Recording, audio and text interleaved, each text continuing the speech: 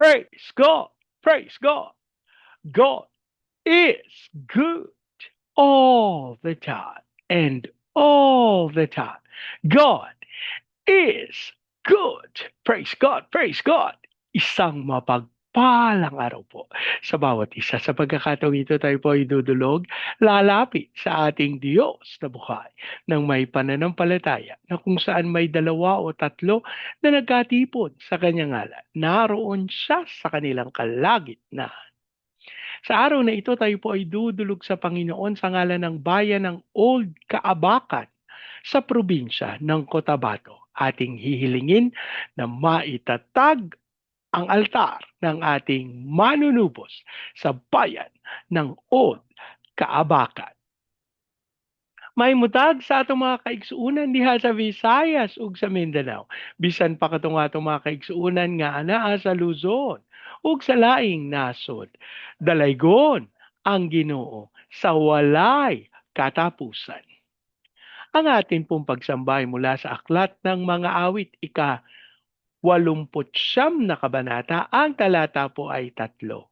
Sabi mo, O Yahweh, isang kasunduan ang iyong ginawa kay David mong hirang, at ito ang iyong pangako iniwan.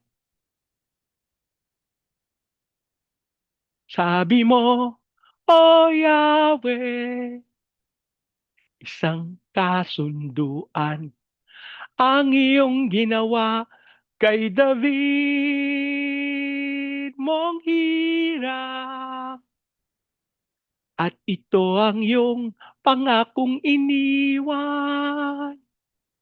Sabi mo, O Yahweh, isang kasunduan ng iyong ginawa kay David mong hirang, at ito ang iyong pangakong iniwan.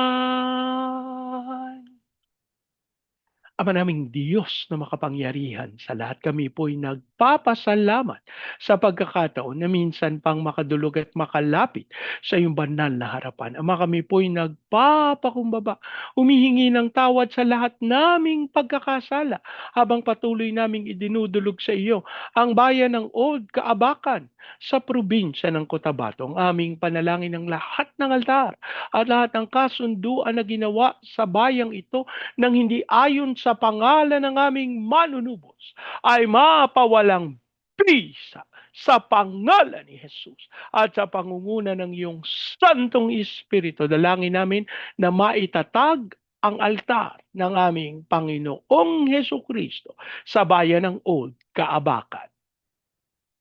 Maraming salamat po. Ang aming pag-asa tinugon nyo at tinanggap namin ang aming panalangin sa pangalan ng aming Panginoong Yesus.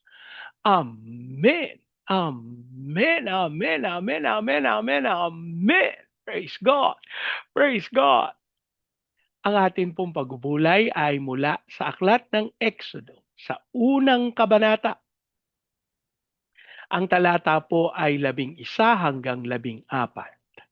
Kaya't naglagay sila ng mababagsik na tagapangasiwa upang pahirapan ang mga Israelita.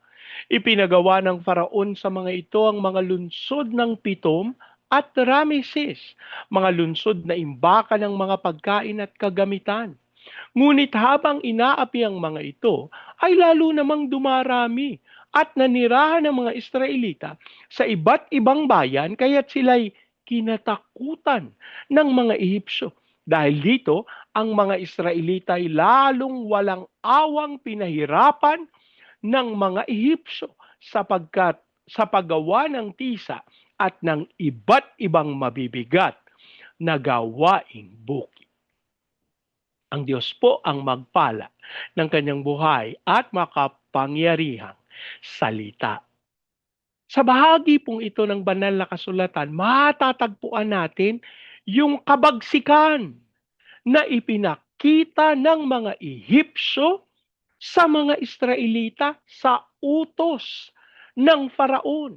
Siya po yung hari nila. Ano po? At ipinagawa sa kanilang mga lunsod ng Pitom at Rameses. Ito po yung mga lungsod na pinag-iimbakan nila ng mga pagkain at mga kagamitan.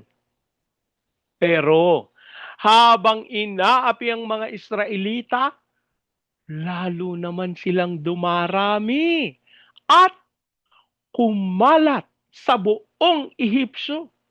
Alam niyo po, isang katotohanan na ang mga pagsubok sa buhay ay nagpapatibay sa isang tao.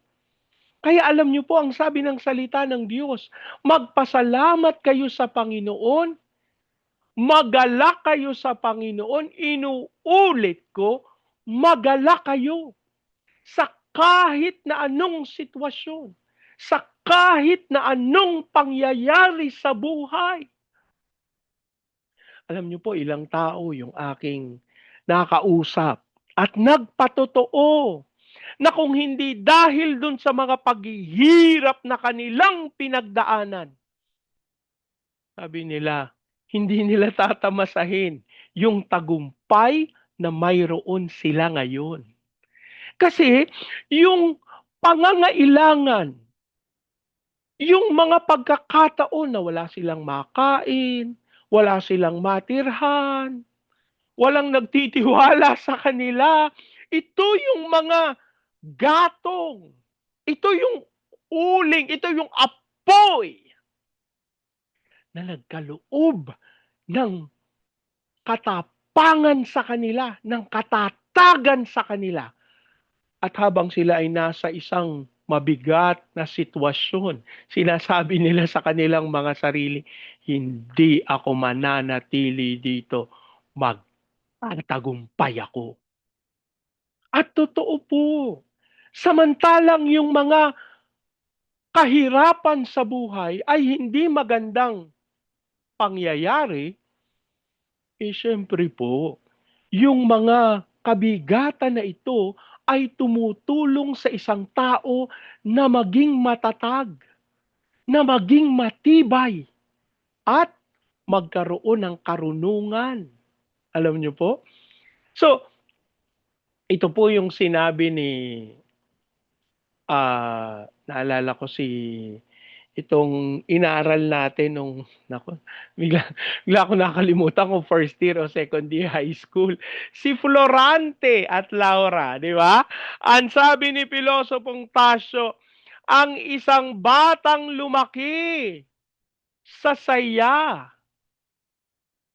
ang isang bata na hindi tumamasa ng kalungkutan. Sabi niya, ay, kawawa yung batang yan. Kasi hindi siya magkakaroon ng mainam na kinabukasan. Alam niyo po, napakahalaga na hindi natin ipinagkakait sa ating mga anak bilang mga magulang yung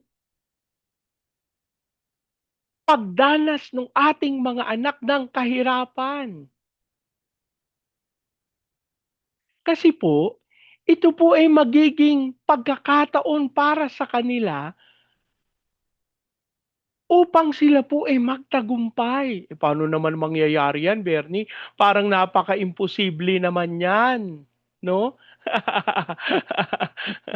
Parang hindi naman yata tama yan sinasabi mo, Bernie. Unawain nyo. Paano ito naisulat ng Florante at Laura? Di ba po?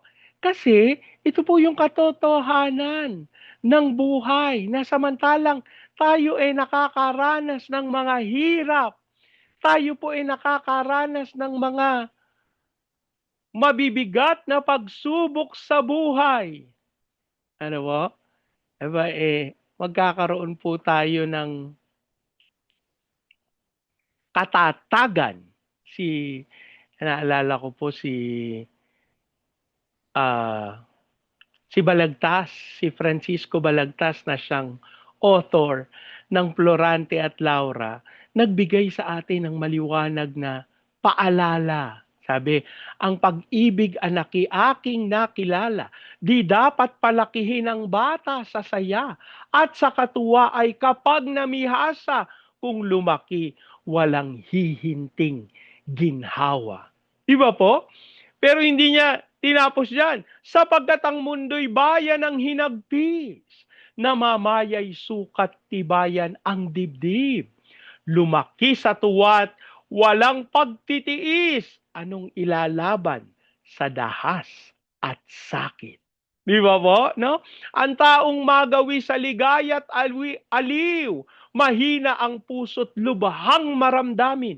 Inaakala pa lamang ang hilahil na darating, di na matutuhang bathin. Biro nyo? Iniisip niya pa lang yung kalungkutan, yung kabigatan na wala pa. Umuurong na siya. Parang halamang lumaki sa tubig. Dahoy nalalanta, munting di madilig. Ikaluluoy ang sandaling init. Gayon din ang pusong sa tuway maniig. Ito po yung sinasabi, no? Na kapag ang isang kabataan lumaki sa kasiyahan at hindi nagdanas ng mga mahigpit na pagsubok sa buhay, ang kinabukasan ng batang yan, tokwa. No? Masarap naman, pero walang laman. Sayang, no? Na yung dapat sana, sasabihin nyo naman sa akin, Bernie, winawalang kabuluhan mo naman ng tokwa. Hindi naman po. Imbis naman na sabihin kong kamote, no? Tokwa na lang. So, sinasabi ko lang na, syempre, kapag namihasa, kapag kasiyahan, yung kinalakihan ng bata, sigurado po, ang kinabukasan niyan, kalungkutan. Pero, tignan nyo, yung mga kabataan na dumanas ng pasakit, dumanas ng hirap, dumanas ng mga sitwasyon na sila talagang naligalig. Aba, nung kanilang paglaki, sila ay nagtagumpay. At kanilang na-spell ng maliwanag ang word na success. Kaya alam niyo po, napakahalaga bilang mga magulang. Huwag nating ipagkait sa anak natin yung disiplina. Huwag nating payagan na puro saya lang yung tinatamasa nila. Kasama sa mga dapat nilang maranasan. Hindi ko naman sinasabing isuong nyo naman sa kahirapan. Wag naman kayong ganyan. Yung mga may bagyo, signal number 3 pala sa Ilocos. Madala nga yung anak ko sa Ilocos. Diyos ko naman. Huwag nyo naman nung gawing ganyan. Huwag nyo na ipagsapalaran yung buhay ng mga anak nyo. Hindi po ganun ang sinasabi ko. Kundi sa pang-araw-araw, no? Nasugatan ng anak mo. Diyos ko, betadine lang katapat niyan, no? Huwag sinisisi ang kung sino-sino. No? Nakita mo na dapa yung anak mo, tinulak. Sino nagtulak sa anak ko? Yung mga OA ba na magulang, Diyos ko, maawa kayo sa mga sarili nyo at sa mga anak nyo. Kasi pag hindi sila natutong tumayo at manindigan sa katotohanan, sigurado, ang kinabukasan nila, tokwa. Manalangin po tayo. Ama naming Diyos na makapangyarihan sa lahat, kami po'y nagpapasalamat sa mga pagsubok na iyong pinapayagang maganap sa aming mga buhay. Kami po ay tunay na nagagalak at nagpupuri sa iyo sapagkat sa pamamagitan ng mga kahirapang ito, nabubuo yung aming mga kaisipan na lumakad sa katwiran at sa katotohanan. Ang aming panalangin sa patuloy naming pagbubulay ng iyong salita, kami po'y liwanagan mo at kami patuloy na lumakad sa landas ng katwiran. Sa ganitong paraan kami po'y lagi mong sasamahan at masisiguro namin na kami hindi mo iiwan at hindi mo pababayaan. turuan mo rin po kami na ito ay aming magawa sa aming mga anak. Sa susunod na henerasyon, hayaan mong maigawad namin sa kanila yung karunungan na aming tinanggap galing sa iyong salita. Abang amin din pong idinudulog sa iyo, Panginoon, ang bayan ng Od Kaabakan sa probinsya ng Cotabato. Ang aming panalangin ang katawan ng aming Panginoong Heso Kristo sa bayan ng Od Kaabakan ay magkaroon ng pagkakaisa, unawaan, patawaran. Hayaan mong magpakumbaba sila sa isa't isa, amang Diyos. Maging dahilan nito upang matagpuan ng iyong Santong Espiritu ang ugat, upang itatag ang altar ng aming Panginoong Heso Kristo sa bayan ng Old Kaabakan. At sa pangalan ni Jesus, we declare the fire of revival to fall upon the altar of Old Kaabakan in Jesus' name. Ipahintulot mo na dumaloy ang kapangyarihang ito sa Baguio City, Cagayan de Oro, Legazpi, Lipa, Manila, Pampanga, Ateros. Kilusan mo ng may kapangyarihan ang mga bayang ito. Pagpalain mo sila, amang Diyos. At hayaan mong dumaloy ang pagpapalang ito sa buong Luzon, Visayas at Mindanao. Ipahintulot mo, Panginoon, na maganap namin yung tawag mo sa amin to be the launching pad of the gospel, to be a missionary sending country, to be the America of Asia in the height of its glory. Dasal din po namin ang pagsama mo sa mga misyonero namin sa iba't ibang panig ng daigdig. Gayon din sa aming mga OFWs na tinawag mo bilang overseas Filipino witnesses. Ikaw po ang magkaloob ng tagumpay sa kanila sa mga bansa na iyong pinagdalhan. At hayaan mong maipahayag ang iyong katotohanan sa pangalan ni Jesus. Dasal din namin ang iyong pagpapala sa aming President Marcos, Vice President Duterte, sa Senado, Kongreso, Judiciary, Military, Police, Local Government. We declare the fear of the Lord na maghahari sa aming gobyerno, at ang aming panalangin, lahat ng kasinungalingan ng kaaway ay patuloy na mabulgar, at ang iyong katotohanan malantad, amang Diyos. At sa pangalan ni Jesus, we declare the justice of heaven to prevail sa aming pinakamamahal na bayan. Dasal din namin ang iyong pagkalinga, pagsama sa mga training agencies, katulad po ng Main Lifeline, Asian Center for Missions, Elijah House Philippines, Church Renewal, Asia Pacific International Institute Studies. Lord, ikaw pong magkaloob ng lahat ng pangangailangan ng mga ministeryong ito para maganap ang dakilang kalooban mo. As you also pray for Vietnam, Cambodia, Myanmar, Laos, Thailand, Malaysia, Singapore, Indonesia, Brunei. Kilusan mo po ng may kapangyarihan ng mga bansang ito. Magtagumpay ka sa pamamagitan ng iyong Santong Espiritu. As you also pray for Hong Kong, Macau, Taiwan, mapangyari ang iyong dakilang kalooban sa mga bayang ito. Gayun din po sa Japan, China, South Korea, North Korea, Brazil, Russia, America. We declare the fire of revival in Jesus' name as we speak peace over Israel. Maraming salamat po ang aming pag-asa at tinugon nyo. Tinanggap namin ang aming panalangin sa pangalan ng aming Panginoong Yesus. Amen. Amen. Amen. Amen. Amen. Amen. Amen. Praise God. Praise God. Lagi po nating tatandaan sa anumang pagsubok, problema, kahirapan, sakit, karamdaman. Tayo'y dudulog, lalapit, tatawag sa Panginoon dahil sa Diyos walang imposible. Sa pagkakataong ito, hayaan niyo pong salitain ko ang basbas ng Panginoon sa inyo at sa inyong sambahayan sa pangalan ng ating Panginoong Hesus.